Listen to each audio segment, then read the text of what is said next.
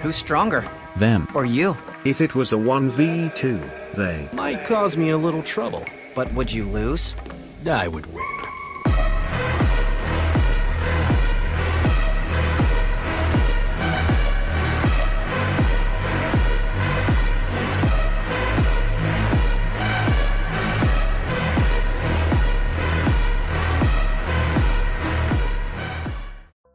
Hey guys, I was recently playing a game of War Selection with my friend Wishcash123, and he's a really new player, so, we're just playing a fun ranked 2v2 game to try to teach him how to play.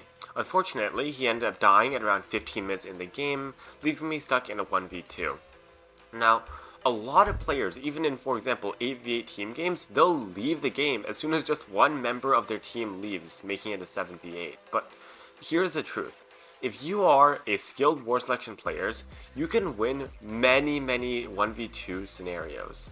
So even when your teammate dies early, a lot of players like to make the excuse that their teammate is bad and, that's why they can't win this game.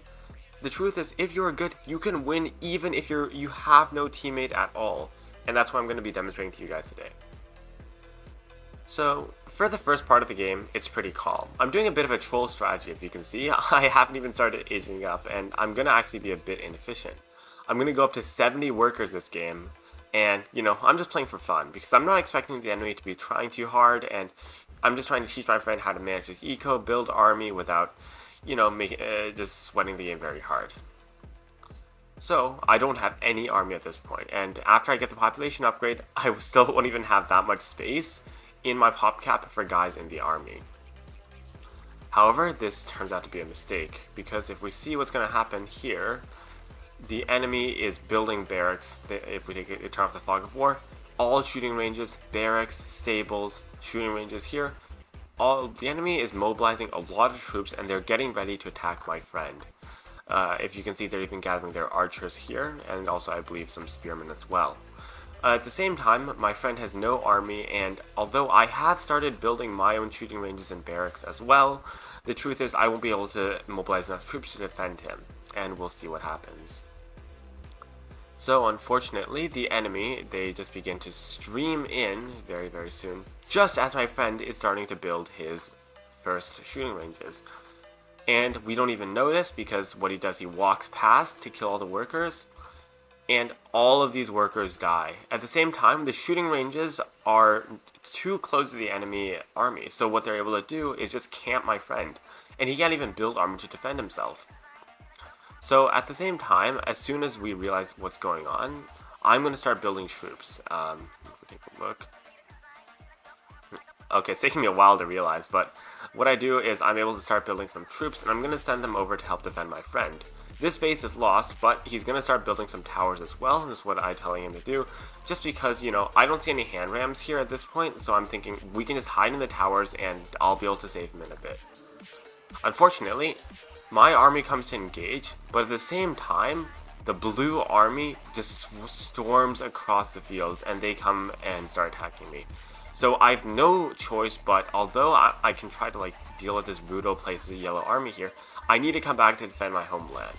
Luckily, I have built some towers to defend myself, and this one is not being upgraded for some reason, but I'm able to, survive with very few worker losses. At this point, I'm literally sitting on, 80 workers, so I'm okay with even just losing a few guys. My tower starts shooting him, and, I am able to evacuate my workers. And my army is able to come through, deal with reinforcements, and then come deal with this main force. Because my guys are hiding in the towers and he has only archers, not much he can do to stop me. And all of these archers end up dying, and although I do end up losing a few workers, it's not really many. The truth is that the main worker losses for me are going to come from a tiger over here. And this guy's going to kill 10 workers, or these two tigers are going to kill 10 workers over the entire game. Very annoying for me. Anyways, I'm going to try to send a few of my guys here to help out my friend, but, it's not enough, and there's nothing we can do in this scenario. So, with the collapse of my friend's town hall, a lot of players in this situation, like I said before, they're going to click F10, they're going to click exit the menu, they're going to click surrender, they're going to try to leave the game. This is not, even if you're a bad player, this is still not the right decision to do, because the fact is, The best way to learn in war selection is when you are losing, when you are in a difficult scenario. Let's think about it this way, right? If I'm in a 1v2 and my friend, he's the best player, he's X Factor alive, he completely carries me, and I don't even build a single army troop this entire game, I will learn nothing from this game. Compared to, however, the alternative, right? Let's say that instead of him carrying me, he dies, and I have to win this 1v2. This is a much better learning experience, even if I do lose, because I'll be able to engage in combat, and the entire fate of the game is going to rely on me. That's why I think even if you're a bad player, you should still survive in 1v2s. Just try to win, because, you know, worst case scenario, you just lose, right? You're going to lose anyway. So I'm able to wipe out Yellow's army here, but now it's kind of bad. At this point, I'm sitting on 75 workers, or like a huge amount of workers, and I'm aging up to East Asia. However, let's talk over a few main points for now. How do you win in a 1v2, right? I fought in 1v2 before, and I've actually won in 1v2s before with my friends. So I actually have a bit of knowledge on how you're supposed to win. First thing you need to do is, if you see here, right, you can see I actually got the increased shooting range capacity upgrade.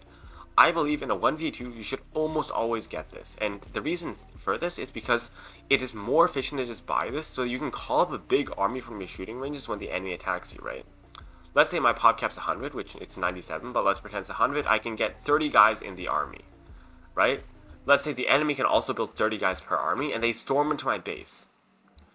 The very lucky thing is that likely the enemy won't be charging all at the same time. So let's say I have 30 guys, and they all engage the orange army here.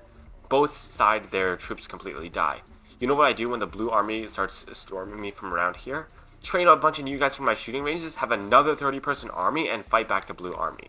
If you don't have enough people ready in your shooting ranges, though, you either have to build a lot of shooting ranges, which I just think is not worth it for the cost, or you just die, right? So that's why I think you always want to get this upgrade. The other thing is, you can never win, not never, but I believe it's very, very difficult to win 1v2s as Europe. And the reason for this is because in this, for example, a scenario where I move my army to fight this other army, and let's say there's 30 guys, if they're both going Asia, they can keep on sending swarm after swarm of troops at me. And while I have 30 guys in the field, I'm not able to actually quote-unquote train guys, because what this shooting range is doing here, what I'll call this is basically training people in the reserve. So I'm technically still training a heavy archer every 28 seconds, I'm training a regular archer every 20 seconds. Even though they're not being deployed, they're still training and they're ready to be deployed. Compared to Europe, you're going to have to wait 20, 30, 40 seconds for every new troop. And that is going to make it very difficult for you to call up a new army once the enemy is fighting you. You need to be a pop cap. You need to make sure you are at 100 out of 100, 160 out of 160, 260 out of 260, whatever the number is, at all times in a 1v2. Otherwise, you will not be able to win. And that's why I think you need to go Asia. Okay. Also, you kind of need to play meta. So here you see I even got armor upgrade. What I'm doing, heavy archer spam. This is just a meta strat. This is the strongest unit from Asia by far. So I'm just going to use this unit. I don't really care about these regular archers. I'm just going to let them die. I'm not really going to micro because I want to get these heavy archers out ASAP, and I just want to be able to fight back this invasion. So you see my first wave completely dies here to this guy's army. Look what I have ready. 97 out of 97. And now you see what's going on, right? I'm fighting here and I am losing guys. But at the same time, even though Blue's army is coming in, I'm training new guys every single 3 seconds. Like, after one guy dies here, a new guy pops out straight away. And you can see, this guy's literally ready to deploy in 0.1 second. So, as soon as I lose a guy, I'm still keeping 30 out of 30 guys in the field. And if you guys ever watched that thing about defeat in detail, you watch that YouTube video, your goal is, basically, you want, if I'm fighting both forces at the same time, and I split my force, right, let's say 15 guys to fight these, 15 guys to fight here, I will lose the game for sure. Because they will be able to use their superior numbers to completely wipe my army, and I will barely be able to inflict any losses on them. However, if I go 30 guys here and wipe this army and turn back and 30 guys fight here, then I'm able to use like somewhat of a numerical even or even a numerical advantage to be able to fight back. And if you see, I'm not really fighting a blue army until I have like 2 guys. I'm going to deal with this army first and then deal with the blue army second. And the other thing is, you need to build towers, because if you don't build towers, the problem with what will happen is that they'll just have some guys, while your army is distracted, they'll just walk in the back and kill your guys. And you won't be able to do anything about it, because your guys, maybe they can run away, but if they have horses or whatever, they're all going to be faster. And even archers are faster. These archers are 60 speed. These Stone Age workers, only 53. So, yeah. And after dealing with this army, now my main army is here, and I'm going to completely wipe this blue army. And they run into this dead end or something, I don't really know, and they die. Unfortunately, this tiger there also just killed 10 of my workers, and that's very unfortunate. This guy's still 1 kill, so they've got like 11 kills total. Very unfortunate for me, and this actually leaves me at around 60 workers for the rest of the game. But now, after wiping the blue army, turn back with my entire force, fight this is not even like a real army, this is just like a few horses and hand rams. It's bad micro from them by for sure, and I just wiped that. No problems there. But the truth is that, right, in this type of game, it's still very difficult to win. Even though I do have, like, somewhat of an advantage, because I have a big army at this point, the problem is, it's very hard for me to be able to push into their base. And we'll see what happens here, right? I wipe out this blue army. Wow, wow, wow, right? And now I'm wiping even more blue armies. I'm wiping workers. I'm wiping everything. They're going to keep sending swarm after swarm at me. And sure, even though I can like try to reinforce the battle and everything, it's still difficult for me to be able to maintain this strong of a push to be able to fight them, because they'll have double the population at all times. And when these guys are both going Asia, they'll also have the defender's advantage. And here I do actually make a mistake. I'm not training more troops. However, my plan is this, right? I'm going to go and build cavalry. So let's watch this battle play out, and my goal in this battle is just to gain profits. Because I want to wipe a bunch of their guys and just basically make them spend as many resources as possible to fight me.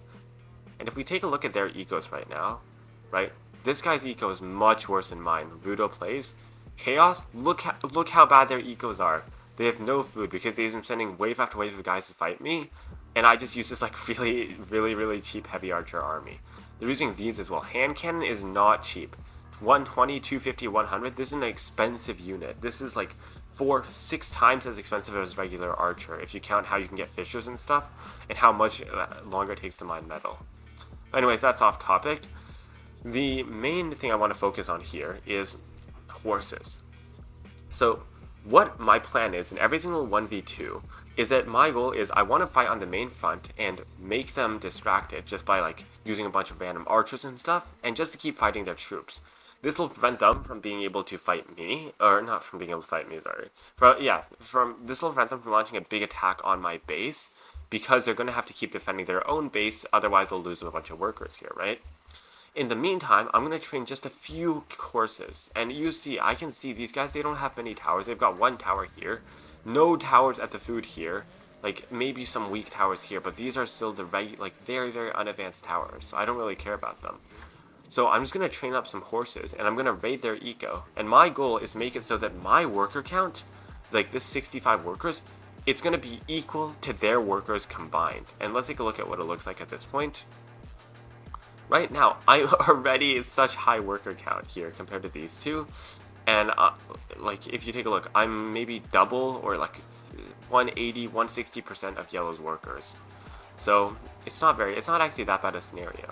I'm also training up some more archers to defend my own base. I don't want to send them to reinforce this battle. I know it's been lost already, and they're going to have a numerical advantage if I send them there. So I'm going to train up some guys to defend my base in the meantime. Plus, you always want to make sure these queues are at like 0, 1, or 2 or something like that, because what that will allow you to do is you'll be able to call up a second army quickly. Otherwise, let's say I had no guys in the field, I can only call up, what is this, like 6 times 3, so 18 guys, so 36 guys total. Compared to if I have these 30, then I can call up 36 plus 30, that's a lot of guys. I'm going to save some pop here, even though I can train more guys. I'm going to save pop so I can build horses, because otherwise I won't be able to build them, and it's just going to be a waste of food here. I'm just going to gather a few. I like to raid in packs around 4 or 5, so I think I get 4 total Ronins here, and when I'm ready, I'm just going to march into their base. And unfortunately, he is raiding my fishing now with the turtle ship. Very unfortunate for me, but you know, you have to deal with it sometimes. And the truth is, this guy I see as a big army. I'm gonna position my main like 28 archer force here, and I'm just gonna try to get past his army with my Ronin and raid his eco. So you see, kill like 1 or 2 workers here, lose 1 Ronin. That's fine. That's a big profit in the long term. Okay, that's only 250 seconds for me to get a profit, or maybe it's not even that. It's maybe 200 seconds. And all these food workers just died, which, you know, that's pretty bad for them. If we take a look at kills, right? What if you got 3 kills on this guy, 5 kills on this guy, and maybe you count like 1 or 2 goat kills? That's still a lot of dead workers. And if we take a look, he is going down in workers at this point. I think it'll take a bit to update it. I think it'll update in the next minute, but we'll see. We'll check when it happens. Kill even more guys here. This guy, he's like kind of bugging out, but you know, that's fine. Kill a bunch of Yellow's workers. However, that is not the strongest part of raiding. There's a specific reason I'll actually describe here that I went to go for the nation of East Asia. By going East Asia, you get access to the best raiding. I believe this is the best raiding unit in the game in the medieval era. This is a mounted samurai. What this unit does is it does area damage. So it can get like 4 or 5 times the DPS of your Ronin. Plus, look at their armor. It's not even bad armor. Like for the cost, yeah, the cost is kind of high. You've got 250 food and 80 iron, but if you take a look here, like a regular Ronin's only 200. It's not only. It's 200 food and 50 wood. So not even that much of a cost increase. It's just what, like 60 seconds, not even like 50 seconds of 1 worker production. Okay, so at this point, what happens is that Yellow launches a big attack on my base. And you might think, okay, this is like kind of bad, but if we take a look at the backlines here, I've been doing a lot of raiding in the meantime, and I'm able to have my mounted samurai kill all of these blue workers, and my guys are going in to kill even more yellow suit workers. And at this point, look at my worker count, and we compare it to these two, you can see my worker count is just steadily increasing. And my teammate died at this point, by the way. He died here, and my worker count dipped a bit. It's only been increasing ever since. This should never be the case in a 1v2. If you are on the 2 side in a 1v2, this should never be the case. Your enemy should never be gaining workers while you are losing workers in a 1v2. This is just like bad gameplay. So I'm just going to use my cheap archers to deal with these units. These are like, I don't really know how expensive they are, but I know they're not very cheap. And even though I lose troops, you can see here, I just deploy more troops. And I'm sending the majority of my force to go fight this army. And although some of my guys do end up getting distracted, unfortunately, most of my harquebusiers are just going to go and deal with this orange army first. And he's even got Mamluks. I think this unit maybe is good for raiding, but it's not that good for combat. And at the same time, no more workers. All of these workers, they're going to be going away soon as well. And I'm just going to deploy everyone I have as well at this point to defend. And you can see I'm constantly at 160 out of 160. And at this point, I know the truth, right? If it can survive this attack, if I know how many workers I've killed, right? And you can see I literally have more workers than 2 of them combined at this point. So the truth is that I know if I can survive this attack, I will win the game. And I'm 100% sure of that. So now my sole goal is to survive this attack because I'll have the better eco. And if you take a look, I'm literally aging to Japan. My eco is so good, I'm able to age to industrial, and at the same time, this guy is still stuck in early middle, and this guy is not going to industrial at all. So you can see clearly that like my eco is much better. All right, and we'll just run this game a bit. Fortunately, these buildings, like, I have to turn off the fog of war, but I just evacuate my workers. Here, I don't even want to keep them in the tower, and that's because they have hand cannons, right? So if they just hand cannon my tower, it's going to be kind of bad. So I'm just going to run my workers away. And these Mamluks are, Oglan, the accuracy is so bad, I don't even consider this an actual fighting unit, except against, for example, Legionary Spam. Mamluk's only 65 speed. It's not that fast. And compared to my 50 speed workers, these mounted samurai, if we take a look at my units raiding their backline, speed is 100. So that's why I believe they're the best unit for raiding. These Mamluks, they're so slow. And I can just run away at this point. with my guys. And sure, they can chase me with their bad accuracy oak lands, and if we take a look how little damage these oak lands are doing, and they're very low speed Mamluks, while my army is going to come in from the back and liberate my workers. At the same time, blue does a big mistake. He just has a bunch of hand cannons sitting in the open, and it's completely useless for him. And I am just completely destroying workers at this point. My worker count, look how high this is. This is 70 workers, and it's going to go down because I made a mistake of like walking some of my workers in here. For some reason, they didn't walk around this gap, even though 3 of my guys did. But not even a big deal. I'm down to 60 workers. I'm still more workers than them. And now, if you see the power of just being able to deploy so many troops at once, each of these things and all these stables, everyone, I'm just going to conscript every single person I have into the army. Yellow's barely microing because he's too focused on dealing with my incursion into his territory. They say some words in the chat, I don't really know what that means, but I know it's over, and I believe they probably know it's going to be really hard to win at this point. He tries to order a retreat of his troops. You can see his battle elephant scurrying across the water.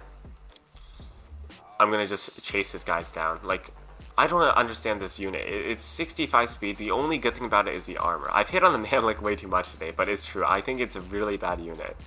The only scenario I think is good is if you rush it. Maybe then it's good, but that's it.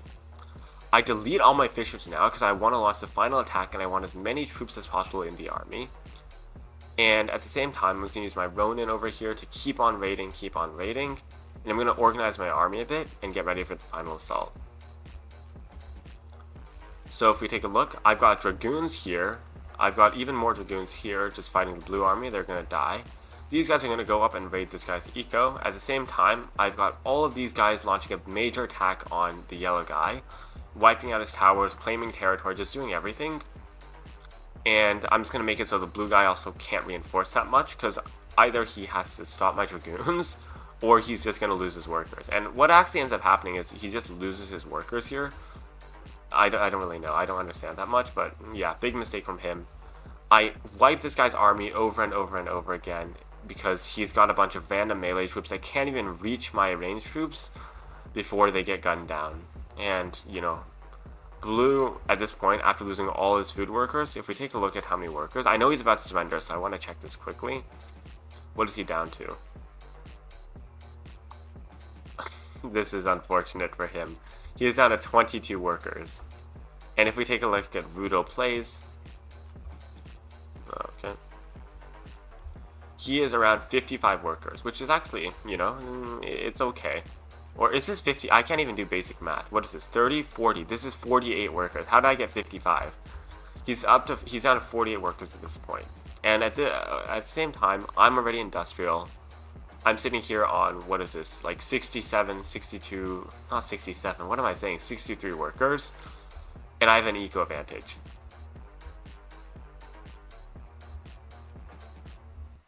And, you know, maybe this guy's 53 workers now, but that will not be the case for long, unfortunately. With my Mountain Samurai going in and just completely destroying all of these guys, it's not going to be the case for long.